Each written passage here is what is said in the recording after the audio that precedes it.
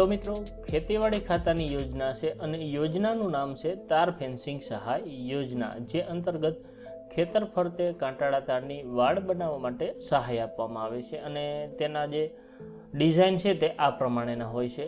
તો મિત્રો, પાક રક્ષણના હેતુ માટે ખેતર ફરતે તાર ફેન્સિંગ બનાવવા માટેની આ સહાય યોજના માટે હાલમાં આઈ ખેડૂત પોર્ટલ ઉપર ઓનલાઈન ફોર્મ ભરવાનું ચાલુ છે. તો મળવાપાત્ર સહાયની વિગતમાં આપણે જોતા જઈએ તો તેમાં જોઈએ કે મળવાપાત્ર સહાય શું. તો મિત્રો, પાક રક્ષણ હેતુ ખેતરની ફરતે તાર ફેન્સિંગ બનાવવા માટેની યોજના હેઠળ ખેડૂત કે ખેડૂતોએ એટલે કે કોઈ એક ખેડૂત પણ અરજી કરી શકે છે અને ખેડૂતોનું જૂથ બનાવીને પણ અરજી કરી શકાય છે. તો ખેડૂત કે ખેડૂતોએ જૂથમાં ઓછામાં ઓછા 2 હેક્ટર વિસ્તારના ક્લસ્ટર માટે નવી તારની વાડ બનાવવા માટે રનિંગ મીટર દીઠ ₹200 અથવા તો ખરેખર થનાર ખર્ચના 50% તે બેમાંથી જે ઓછું હોય તે મુજબની સહાય મળવાપાત્ર થાય છે અને આ સહાય છે તે તમને આજીવન એક વખત લાભ મળવાપાત્ર થાય છે. તો આમ મિત્રો, કોઈ એક ખેડૂત જો તેને પોતાને 2 હેક્ટરનો વિસ્તાર થઈ જતો હોય તો તે ખેડૂત સ્વતંત્ર પોતાની રીતે અરજી કરી શકે છે, અથવા તો જો તેને 2 હેક્ટરનો વિસ્તાર ન થતો હોય તો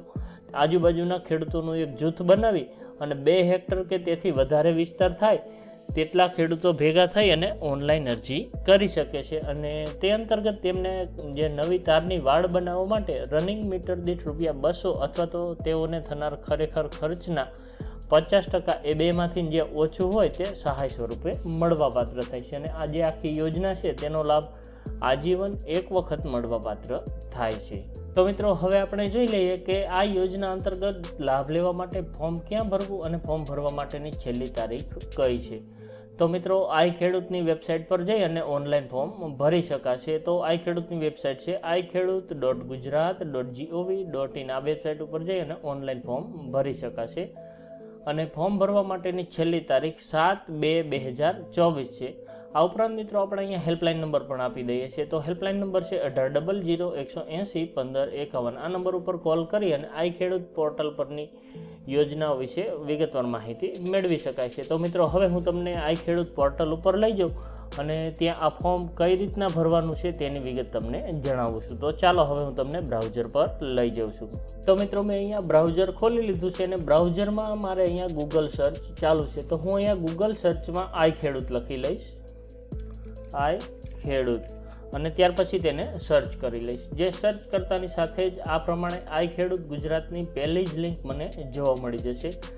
તો તે લિંક ઉપર આપણે ક્લિક કરી દઈશું. તે લિંક ઉપર ક્લિક કરતાની સાથે જ આપણી સામે આઈ ખેડૂતનું આ પ્રમાણેનું પોર્ટલ ખુલી જશે, જેમાં આ પોપઅપ મેસેજને આપણે ક્લોઝ કરી દઈએ.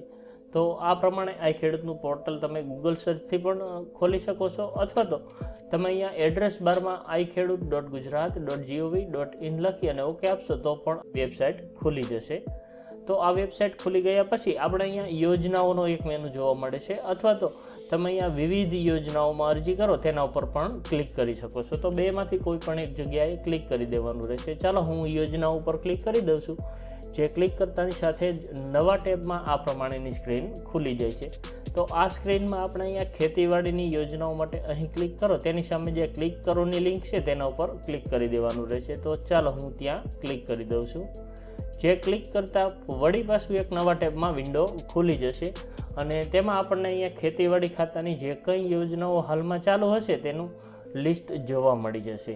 તો અહીંયા આપણે જોઈ શકીએ છીએ કે અહીંયા અલગ અલગ જે કંઈ યોજનાઓ છે તે આપણને જોવા મળી રહી છે, જેમાં અહીંયા પાક રક્ષણ હેતુ ખેતરની ફરતે તાર ફેન્સિંગ બનાવવાની યોજના તારની વાડ તેના ઉપર ક્લિક કરવાનું રહેશે. તો આ લિંક ઉપર આપણે ક્લિક કરી દઈએ છીએ. જે ક્લિક કરતાં ફરીથી પેજ લોડ થશે અને પેજ લોડ થયા પછી આ પ્રમાણે તારની વાડ બનાવવા માટેની જે યોજનાની માહિતી આપણે આગળ જોઈ ગયા તે માહિતી આપણને જોવા મળી જશે. તો અહીંયા તમે તે વિગત જોઈ શકો છો અને રિમાર્ક્સમાં આપણને જે રાજ્યનો વર્ષ 2023-24નો સંભવિત લક્ષ્યાંક છે તે પણ આપણને જોવા મળી રહ્યો છે.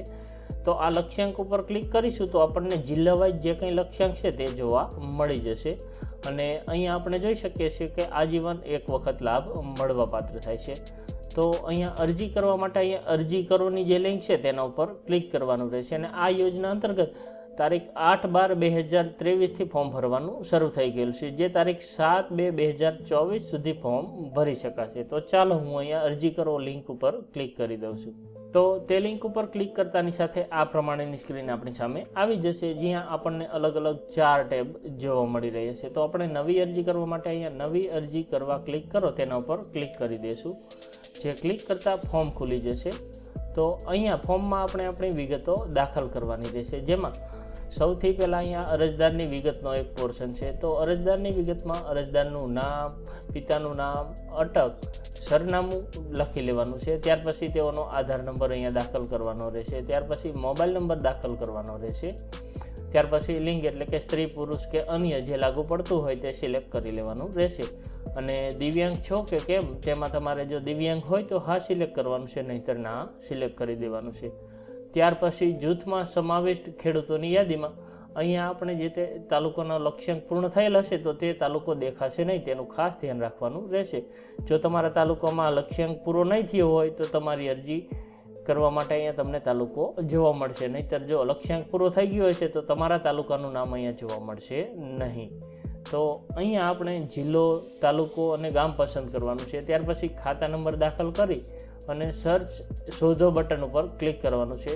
જેના ઉપર ક્લિક કરતાં આપણને તેની વિગત જોવા મળી જશે. ત્યાર પછી જે સભ્યનું નામ એટલે કે ખાતેદારનું નામ આપણે પસંદ કરવાનું રહેશે. ત્યાર પછી જાતિ પસંદ કરવાની રહેશે અને ખેડૂતનો પ્રકાર નાના, સીમાંત કે મોટા જે લાગુ પડતું હોય તે સિલેક્ટ કરી લેવાનું રહેશે. અને આ વિગતો દાખલ કરી લીધા પછી આપણે અહીંયા નીચે બેંકની વિગત આપવાની છે. તો બેંકની વિગતમાં શું વિગત છે તે આપણે જોઈએ. તો સૌથી પહેલાં આપણે IFSC કોડ દાખલ કરવાનો રહેશે.